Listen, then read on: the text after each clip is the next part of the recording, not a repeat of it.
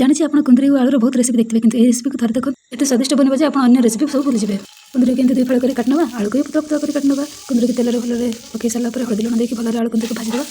ये सबको भल सब भाजी सारापर गोटे कड़े आम सरस तेल अल्प जीरा और काट रखी प्याज को पकईना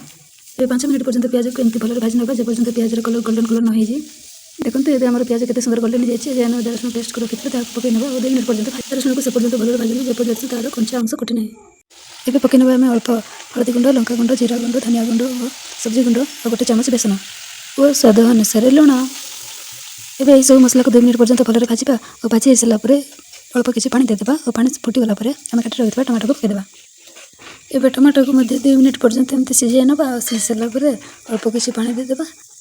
पानी टिके फुटी आसला भाजी रखी कुंदरी और आलू को पकईदेवा और 5-10 मिनट पर्यंत एमती भल चिट मारिबा मिक्स करवा टे मसला सहित 10 मिनट पर्यंत घोड़े छाड़देवा टे सिझापे